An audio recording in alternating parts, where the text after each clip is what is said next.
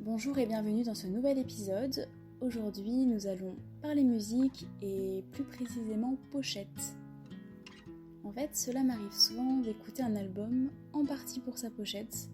Alors ça peut sembler superficiel et ça l'est d'ailleurs probablement en partie, mais quand on ne connaît pas un artiste, la pochette peut être une bonne manière d'imaginer à quel type de musique nous allons avoir affaire. Une pochette qui accroche positivement l'œil, que ce soit de par son originalité, sa beauté, sa sobriété, ses teintes ou autres, donne envie puisqu'elle est en fait la première image que nous avons d'un artiste. Ainsi, selon les styles musicaux, nous pouvons retrouver certains codes, certaines catégories de pochettes. Le graphisme est censé représenter la direction artistique et musicale, ou du moins il a plutôt intérêt à le faire pour que la communication autour de l'album soit efficace et bien ciblée. C'est un peu la même chose pour la publicité ou pour les affiches de films finalement. Nous voyons bien que les affiches de films d'horreur ont une certaine esthétique, pareil pour les thrillers ou les comédies. Parfois ces affiches sont d'ailleurs si codifiées que cela peut faire rire. Je pense par exemple aux affiches fond bleu, écriture jaune d'un bon nombre de comédies françaises. Mais aujourd'hui, je ne viens pas vous parler de comédie française, mais de musique. Et comme il fallait bien choisir un genre musical pour débuter ce nouveau format, j'ai pensé à la folk. La folk, initialement, c'est de la musique traditionnelle populaire.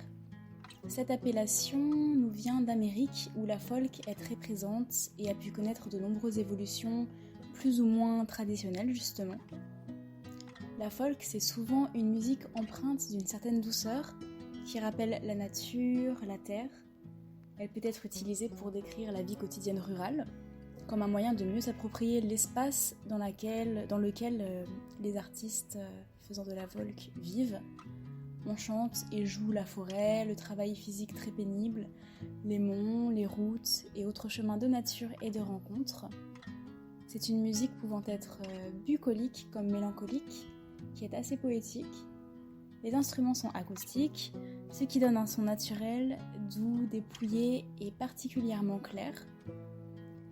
La folk, par certains de ses courants, a également été utilisée comme une musique militante, comme un chant de protestation, comme un moyen de demander plus de droits et davantage de considération.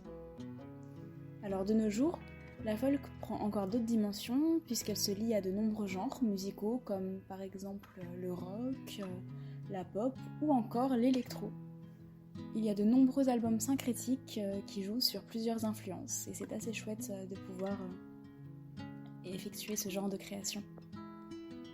Si j'ai voulu commencer cette série sur l'art des pochettes d'albums avec la folk, c'est parce que déjà je les trouve très jolies, souvent sobres, parfois très particulières, mais on remarque quand même certaines similitudes, par exemple dans la gamme de couleurs. Il y a un esprit un peu similaire, l'esprit un petit peu promenade en forêt, les chemises de bûcheron, la détente au bord de l'eau avec une guitare. Nous retrouvons ainsi beaucoup le marron, le vert, le bleu, les filtres sépia. Des teintes très présentes donc dans la nature. Au niveau du dessin ou de la photographie, c'est la même chose.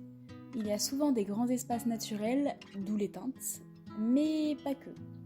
Aujourd'hui, je vous ai préparé 3 catégories de pochettes folk. Dans la première, nous aurons donc des pochettes mettant en avant la nature. Dans la deuxième, nous en aurons qui mettent en avant l'artiste. Et dans la troisième et dernière, nous parlerons de pochettes un peu plus excentriques.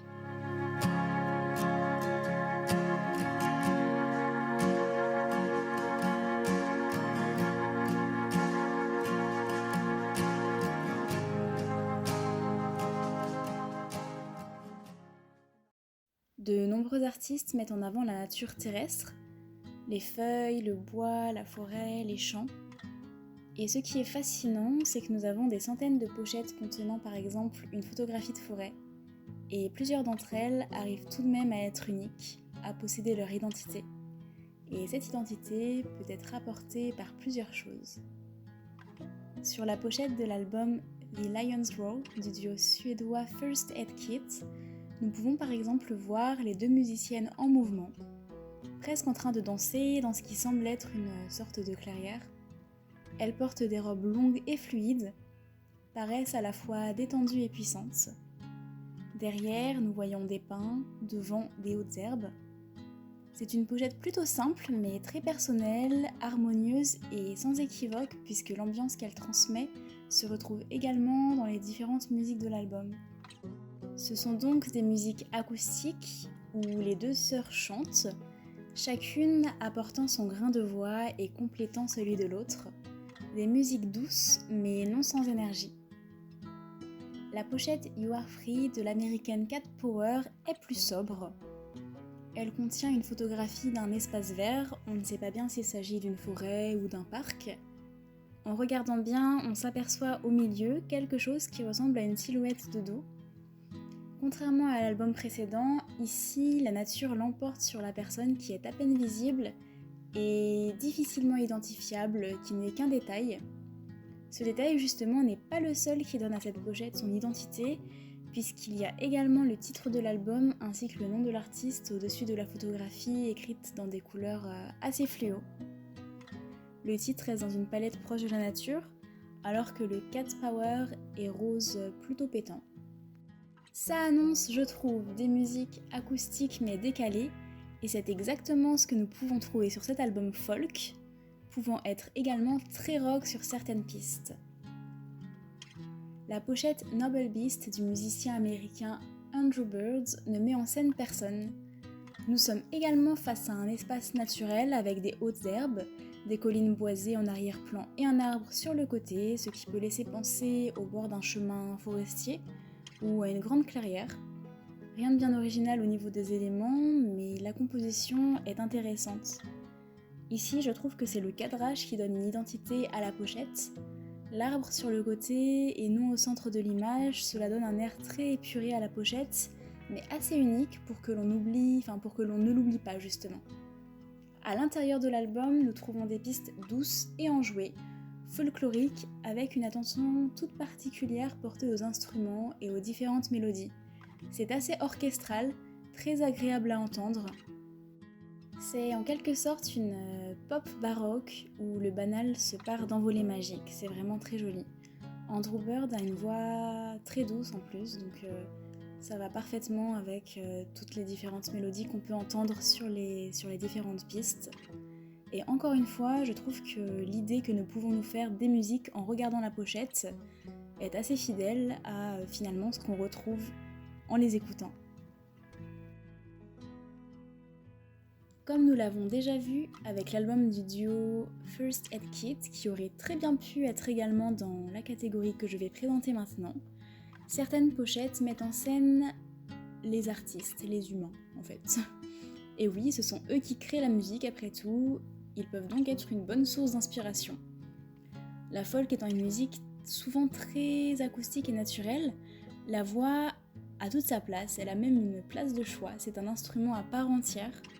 Plusieurs artistes de folk sont d'ailleurs appréciés justement pour leur timbre de voix particulier. Je pense par exemple à Bob Dylan ou à Elliott Smith. Ainsi, mettre en avant l'artiste sur la pochette fait plutôt sens. J'ai remarqué une tendance sur beaucoup d'artwork, une tendance que je vais appeler la photo vieillie. En effet, beaucoup de photographies d'albums de folk sont désaturées ou passées au filtre sépia, voire au noir et blanc carrément.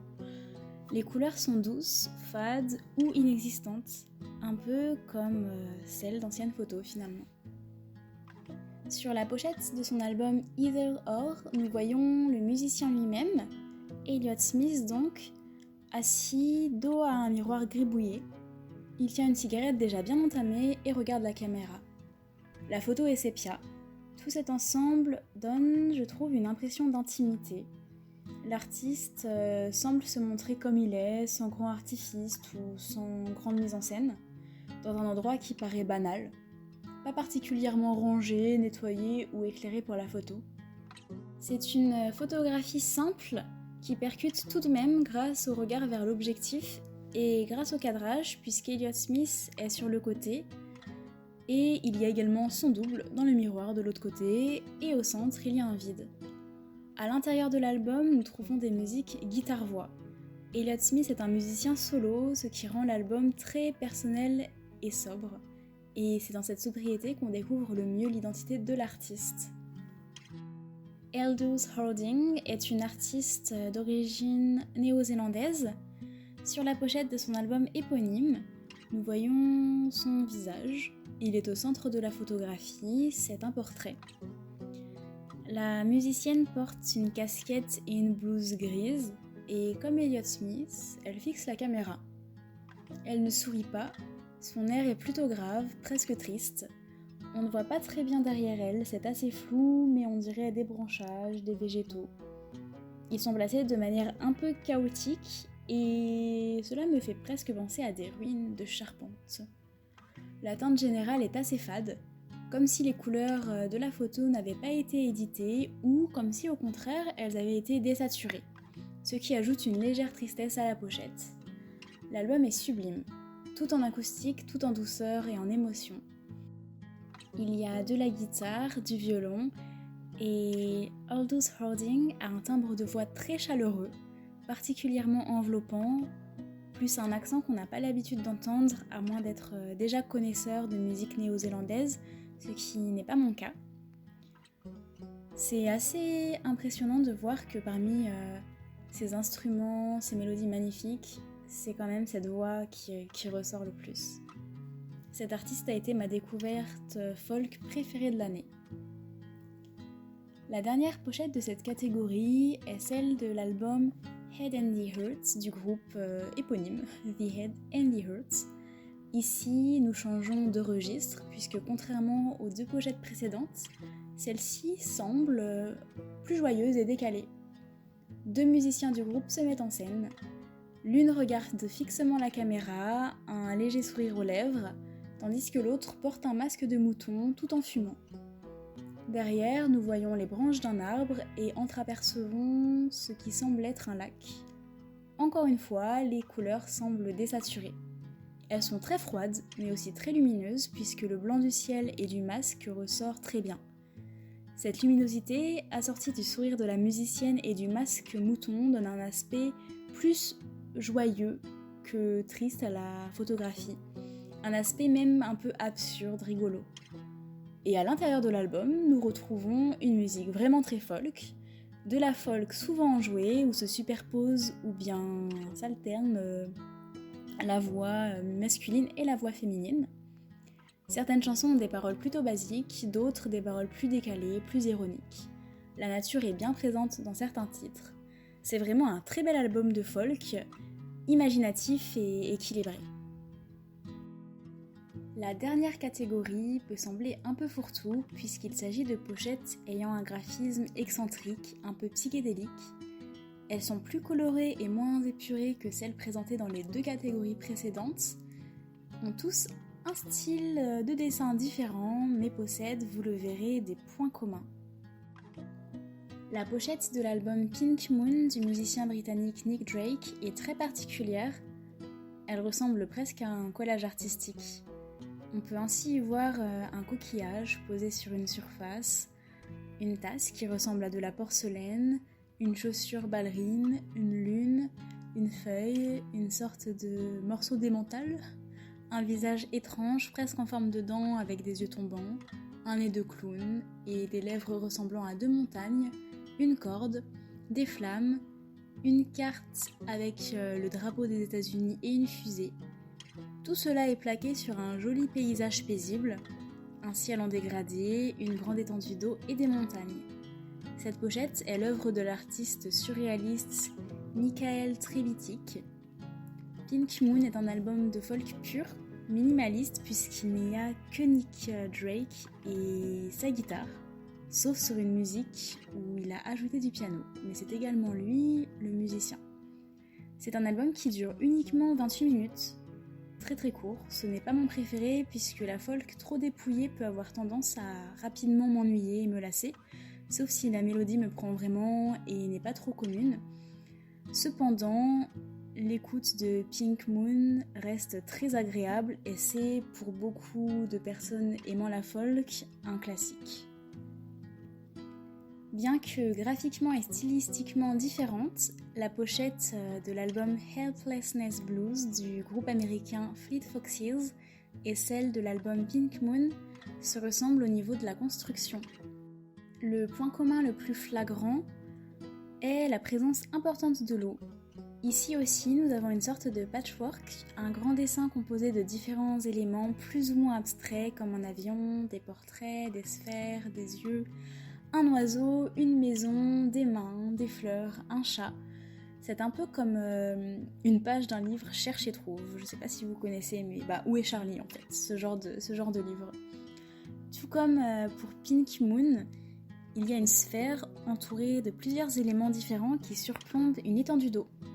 Et j'ai trouvé ça assez fascinant de constater ces ressemblances dans deux œuvres a priori si éloignées.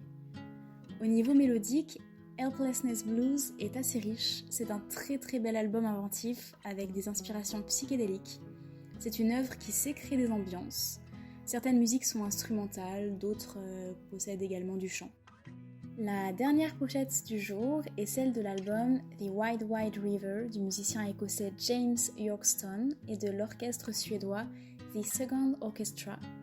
C'est, je trouve, une pochette vraiment sympathique, avec cette troupe, cet orchestre, sur un petit bateau en bois, voguant, cette fois encore sur des eaux. Il y a également une sphère, deux même, une lune et l'intérieur du cadre. Cette pochette est moins abstraite que les deux précédentes, mais elle n'en est pas moins excentrique, presque bordélique. Ça me fait penser à un joyeux chaos, ces personnes qui font de la musique alors que les eaux semblent agitées. L'album en lui-même est majestueux. Certains instruments suédois traditionnels sont utilisés, c'est super de pouvoir découvrir des instruments dont on n'a pas l'habitude ou qu'on ne connaît pas. C'est un sans faute qui s'écoute avec plaisir, du début à la fin. Et voilà, c'est tout pour aujourd'hui. J'espère que cette vidéo vous aura plu et que vous aurez pu découvrir de nouveaux albums. Enfin, ce que j'espère surtout, c'est que maintenant vous allez écouter ces albums qui vous auront donné envie, que la pochette vous aura donné envie, et que voilà, vous n'allez pas rester juste à contenter vos yeux, mais que vous allez également contenter vos oreilles. Je vous dis à bientôt pour un nouvel épisode. Je ne peux pas trop vous dire quand, puisque j'ai du mal à tenir un rythme en fait avec bien le travail, la vie personnelle, etc. Je préfère pas me mettre trop de pression et publier une vidéo quand je suis prête, plutôt que de promettre quelque chose que je ne peux pas tenir ou que je peux tenir, mais en mettant de côté plusieurs aspects importants de ma vie. Donc voilà, très bonne journée ou soirée à tous, et à bientôt.